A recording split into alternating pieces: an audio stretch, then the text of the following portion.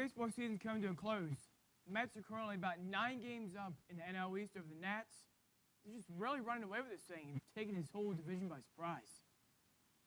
Are the Nats just choking this away, or the Mets winning? And when playoffs come around, how far can the Mets go?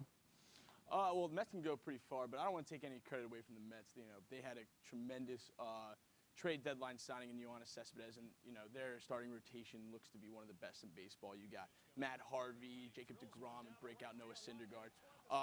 But when it all boils down, I think the Nats let this division slip away. I mean, they started off the year slowly, 10-13 in the month of April, but the wheels really started to fall off after a 24-30 record after the All-Star break. You really had disappointing seasons from Doug Fister and the injury-prone Steven Strasburg. I mean, Bryce Harper tried to carry that team, but struggling offense, especially a disappointing season from Jason Worth, really led to the Nats' demise this year and gave way to the Mets to take that division by storm. How far can the Mets go?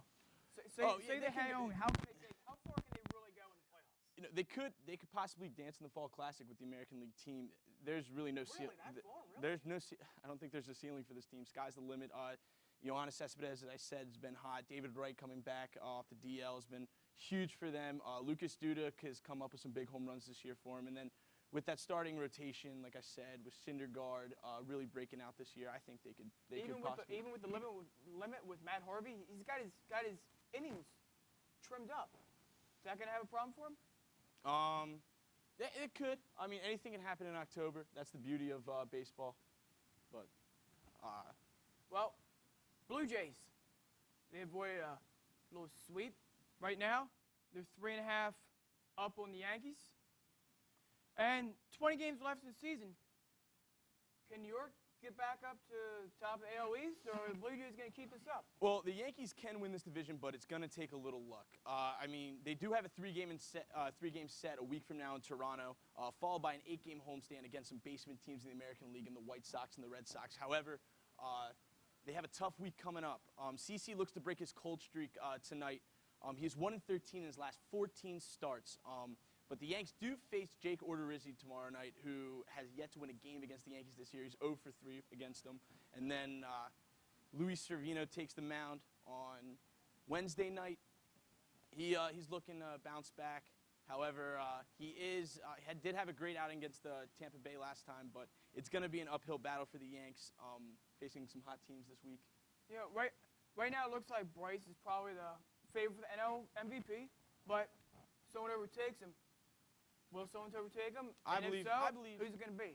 I believe Andrew McCutchen's going to take Bryce Harper, take over the National League MVP race against Bryce Harper. If the Nats were a postseason team, this could be a different story.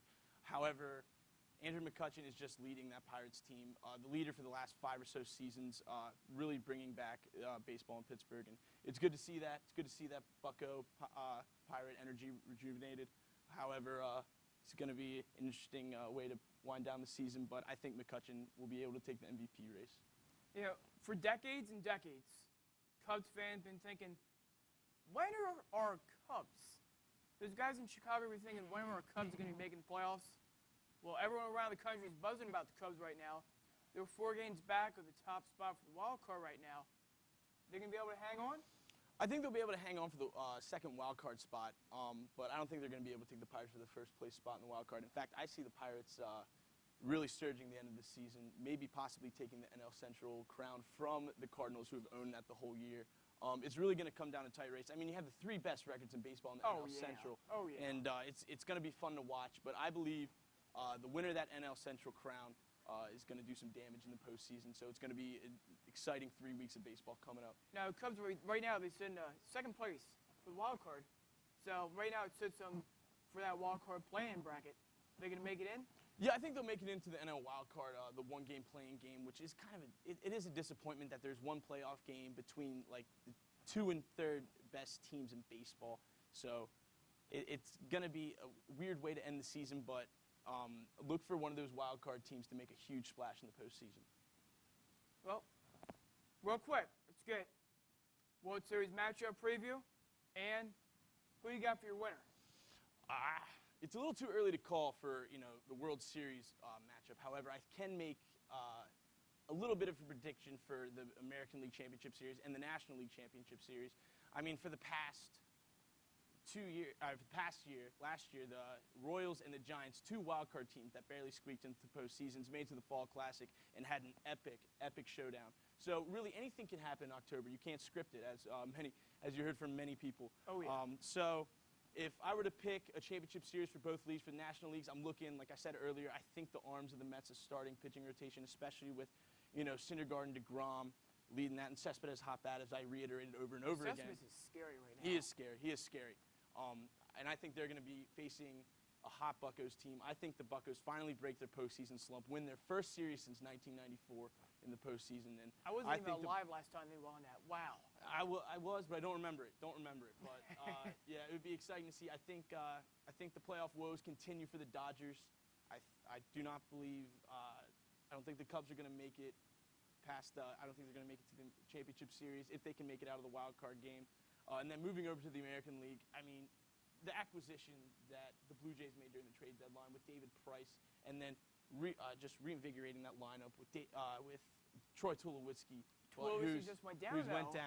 But their lineup is still ridiculous. I see them as a hot team, and facing the Astros, who've been one of the most consistent teams in baseball this year. So it's going to be a fun championship series for both teams. But like I said, you really can't script October. It's going to be a fun postseason push. It's going to be a fun postseason push. Well, we'll be right back with more in the zone. Don't touch that dial. We'll be back faster than American Pharoah can run a mile.